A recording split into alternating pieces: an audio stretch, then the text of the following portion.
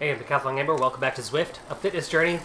Today we're going to be discussing the huge news of the last 48 hours, which of course is the new European Super League, but also we're going to take a few minutes to talk about Formula One and the race this past weekend at Imola and a few other topics there within.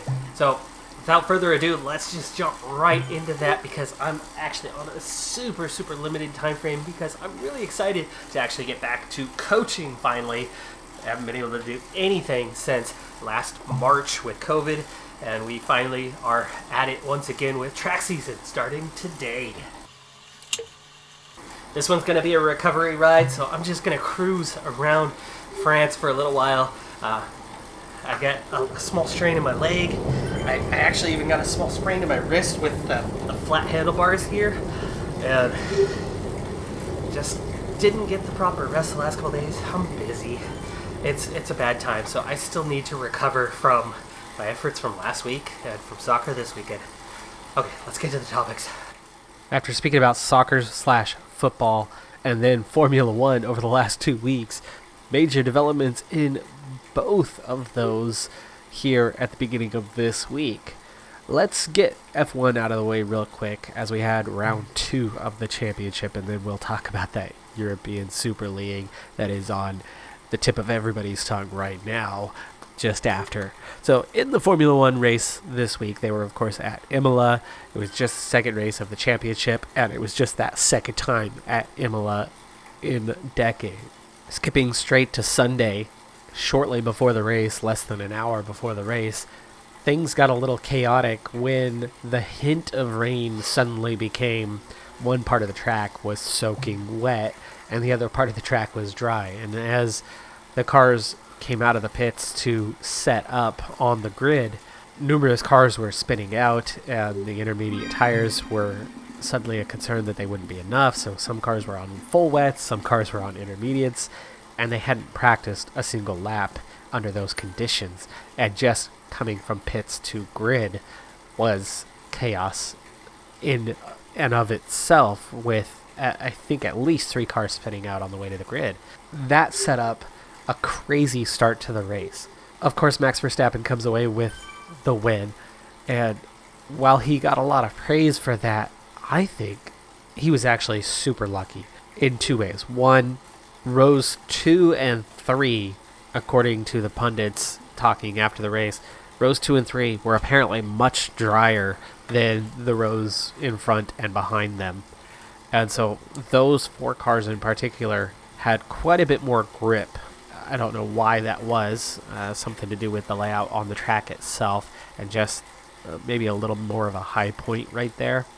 So water running away from it. Well, anyway, Verstappen in particular had an amazing start, and absolutely I'll give him that. He had a great start and was side by side with Lewis Hamilton entering turn 1. And by side, I mean side by side. They were level. Going through to turn 1, both cars were fully committed to the turn, and Verstappen had the inside line. But again, side by side. They both gave each other enough room through turn 1, but then the second part of the chicane, turn 2, totally different matter. The cars were still side by side. Unlike turn 1, for turn 2, it's Hamilton who has the inside of the track. He has the racing line. It belongs to him. And there was no advantage for either rider. They were level, which means whoever's got the inside has the racing line, and both drivers must give each other appropriate racing room. Verstappen did not do that. Verstappen actually made contact with Hamilton, and Verstappen went all the way to the inner part of the racing line, did not give a car's width for Hamilton to run, and pushed Hamilton right off the track, and then of course into the rumble strips that were there, the yellow curbing that was there, causing damage to Hamilton's car. Verstappen was incredibly lucky. Damp track, second quarter, lap number 1, I think is the only reason why he gets away without a 10-second penalty on that one. Because anybody else, any other corner, if it was Hamilton who had done it to Verstappen, even on corner 2, I think you're seeing a penalty anyway. So Verstappen, crazy lucky there. And then, of course, he's going to end up going on and basically winning the race comfortably. And yes, it was a good drive from that point on, other than the fact that he then spun out and, gets lucky a second time under the safety car. He spins out. Leclerc and company were right there. And as Verstappen rights the car, he does so right in front of other cars. So he could have been bagged and tagged for an unsafe return to the track. No, nothing happened. Okay. And then he comes side by side with Leclerc and could have and should have probably fallen in line behind Leclerc, but instead he steps on it real quick and makes sure that he's in front of Leclerc. 2 opportunities, again for penalties, for Verstappen that go completely under the radar and not even discussed. Fortunate win for Verstappen. Meanwhile, Hamilton makes a single mistake the whole race, and it cost him significantly. Fortunately for him, he recovered well and got all the way back up to second place. More unlucky than Verstappen was, and I think he had, personally, I felt he had a much better drive. He had a lot more to overcome than Verstappen did. And now going a little further back down the grid, Perez, lucky to not get penalized more than he did after already picking up his 10-second stop-go. I thought that a 10-second stop-go was the type that you're supposed to serve within X number of laps.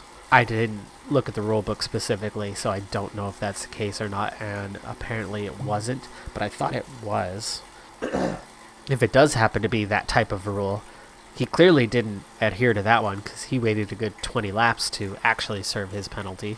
And then, when he was serving the penalty, the car cannot be worked on for 10 seconds, period. And then you can carry on with your pit stop and go from there. Red Bull did a sneaky little thing there and absolutely should have been penalized for it.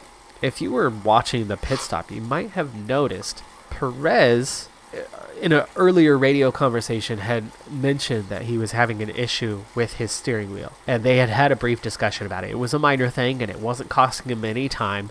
During that pit stop, they did a wheel swap.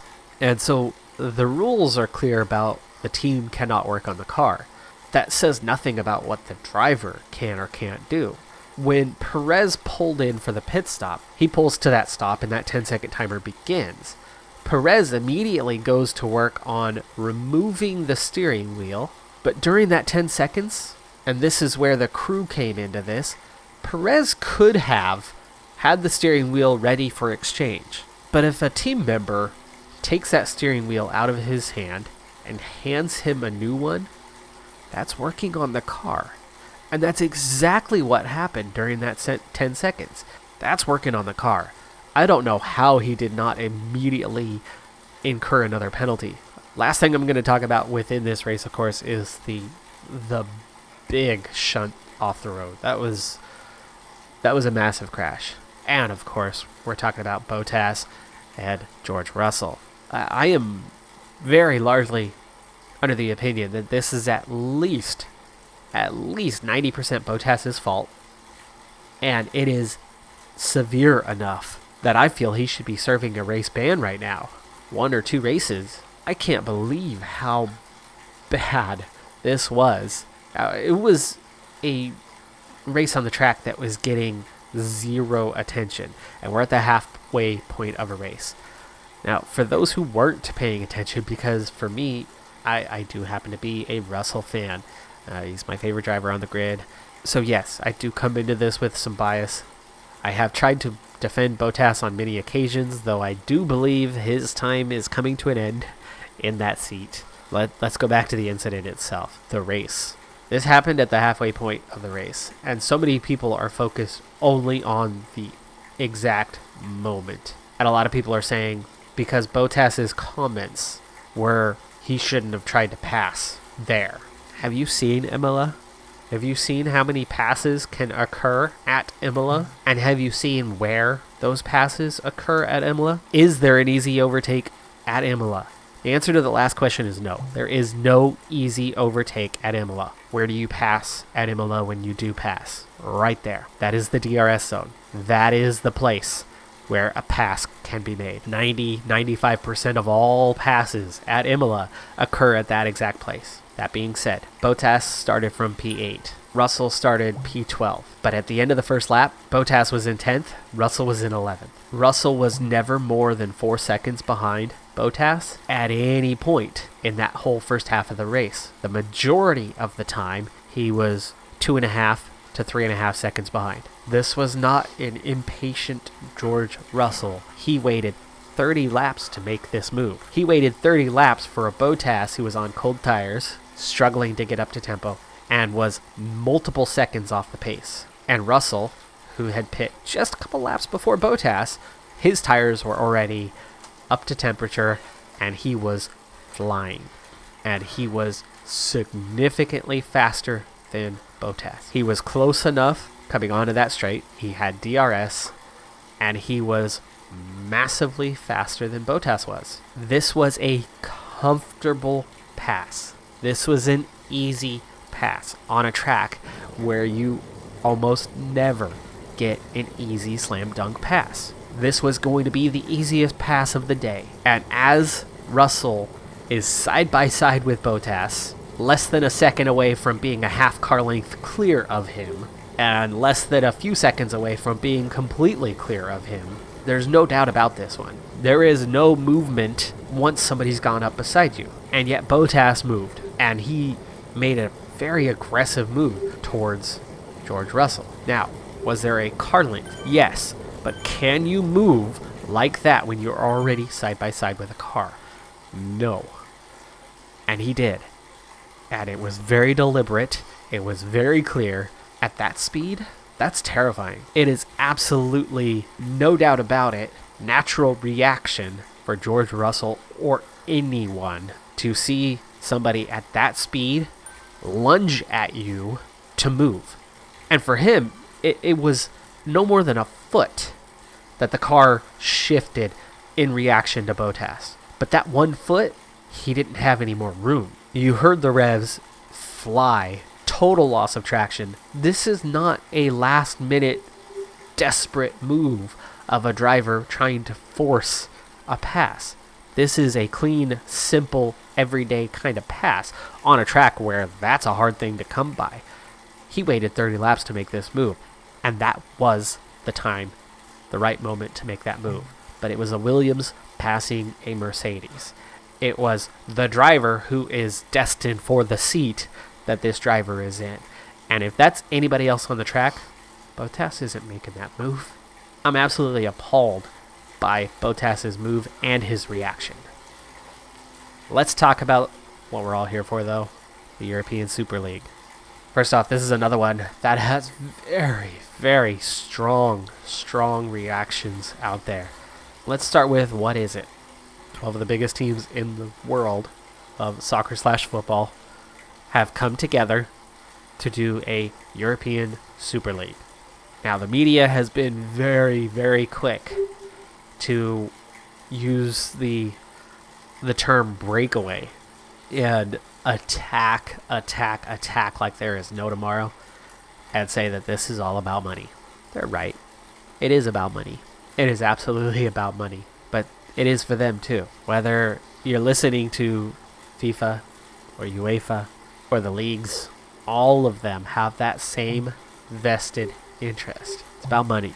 Now that we know what it's about, though, what are they actually talking about? What are they proposing? Because it's not those who have just come out, attacked this like there's no tomorrow. What they're saying, they're not actually saying substance. They're just shouting slander. So let's talk about the actual event. What are they suggesting? What are they proposing? Right now it's 12 teams. It's the Big Six in the Premier League. It's the Big Three of La Liga and Serie A. Those 12 clubs, as founders, would be permanent members. Now, I'll get this out of the way real quick. That is the most controversial part to what is being proposed. So much of the rest of it is fluff. It's noise. Those 12 would be joined by 3 additional permanent members. At least 2 of those slots supposedly for PSG, Bayern Munich, possibly Borussia Dortmund as the other. So far, though, those 3 clubs have yet to sign on. Either way, 3 additional permanent members brings it to 15. And then each year, under a yet-to-be-announced format, 5 additional clubs would qualify for the Super League. And then what is the Super League? Because again, I told you, there's a lot of fluff out there. These are not 20 teams that are leaving behind everything to form a new league. The only league that they would participate in. This is not the case. Here's the format. Here's the proposed format, what they're talking about doing. Each year, that 20-team league would be divided into 2 groups of 10. Each of those 2 groups of 10, beginning in August every year, as a midweek competition, would then play home and away with each team in their 10-team division. So 9 and 9 home and away, 18 matches. Each 10-team table would then have your top 3 teams automatically moving on to the quarterfinals. 4th and 5th place, along with the 4th and 5th place from the other division, would then do a 2-legged tie to then determine the last 2 quarterfinal slots. 8 teams in, home and away, down to 4, down to 2, and then a champion determined from there. I don't know if the final game would be a home and away or if it would be on a neutral ground. This would impact one competition, and that is the Champions League. They would no longer be participants in the Champions League or Europa League. They would leave behind that aspect of European football to be in a Super League. This is only a replacement for that tournament and not others. Manchester United, Manchester City would still be Premier League teams. They would still have their 38-game season in the Premier League.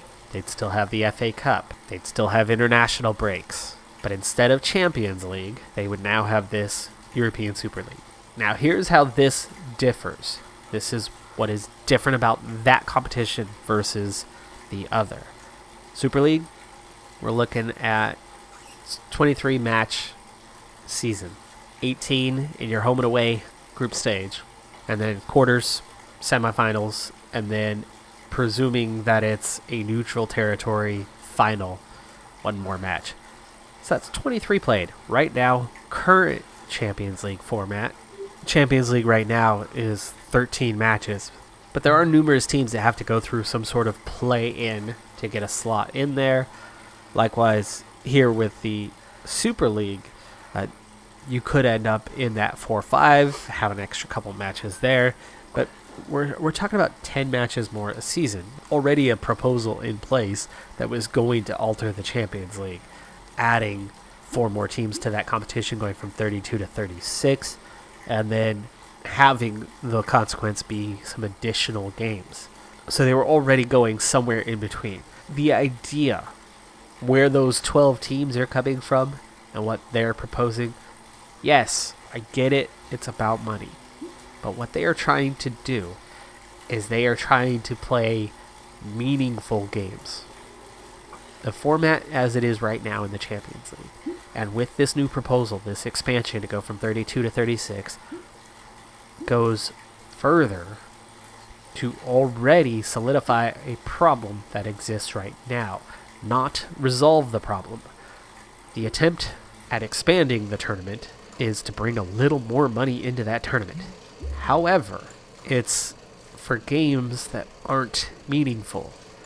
So many of those big clubs in the Champions League right now don't bring out their best players, and especially if they qualify for the Europa League instead.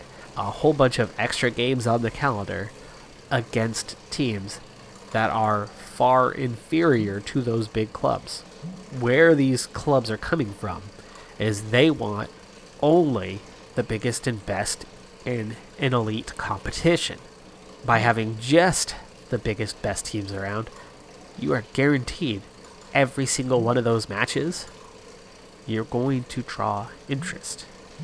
The Champions League, as it is right now, the group stage in particular, most fans don't care. They don't care about those games. They're playing nobodies from small leagues around Europe. They're playing a lot of meaningless games against teams involving travel and extra strain on the players that aren't going to matter much. If you take the biggest clubs and put them head-to-head yearly in a tournament now that they've got a little more control over, for them, it makes a lot of sense, and I can see why they are trying to do something like this. Is it the greatest scenario to have 15 permanent members? No. But could it work? Yes. And with those 20 teams, the 5 best outside of the 15 plus those 15 all playing in a league together, that's 20 really good teams that you'd want to see. That's every match is watchable. Every match can bring in crazy revenue.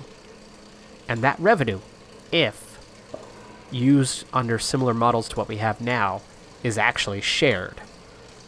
For one thing, those 20 clubs are making a ton of money.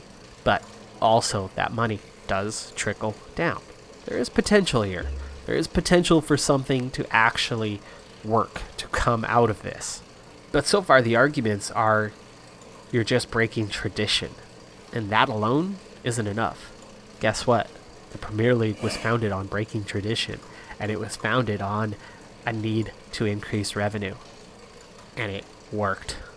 Could this work? We'll see. Alright folks, that was just a quick easy ride for today, but let's hope that I am A, fully recovered on Wednesday, and B, have a little more time on Wednesday. We'll see if that's the case. It's going to be a busy couple weeks for me, so I think I may be in for some shorter sessions in general. Well anyway, before we wrap this up, one more thought on the topic of the European Super League. So obviously the introduction to the Super League would mean the death of the Champions League, but I mean, come on. Who's actually enjoying the Champions League these days outside of the final few matches of the tournament? Competition level's just all over the place. It's not that balanced. I think Champions League would obviously be doomed with the onset of the Super League. However, a lot more revenue, a lot more money coming in, not just for the big teams, but to the leagues themselves, if it's adopted by FIFA, by UEFA, like they eventually did with the Premier League. That being said, the Europa League could actually benefit from this. Those teams aren't making the Champions League anyway, and the Europa League is that competition now. You've got 20 teams in the Super League, you've got 32 right now as it sits in the Champions League. That's 12 teams who do regularly vie for that tournament that would find themselves looking at places in the Europa League instead. That's not a bad thing. Raise the competition level a little bit, take the Champions League out of the scenario. The more permanence, even though again, not a huge fan of the permanence of 15 of those clubs, but you got a lot more teams that's the best that they could hope for is the Europa League instead of the Champions League. So instead of seeing it as a second-rate competition that's barely viewed, well, you're still looking at a second-rate competition, but one that's a little more challenging to get into, has a little bit better quality of competition involved in it, and probably some of that Champions League money would end up going to that potentially expanded Europa League. All in all, probably not a bad thing for the Europa League, and in all, more money. More money means more widespread foundations for the sport to have some roots anywhere and everywhere. I'm Decathlon Gamer, thanks for tuning in. Be sure to hit that like button. I don't know if it's going to work, but I think there's a chance that Super League could be a thing. And if not, even if it's just bargaining table, well, then it's bargaining table. Whatever. Be sure to hit that like button. I'll see you next time. Have a good one. Be safe out there. Bye for now.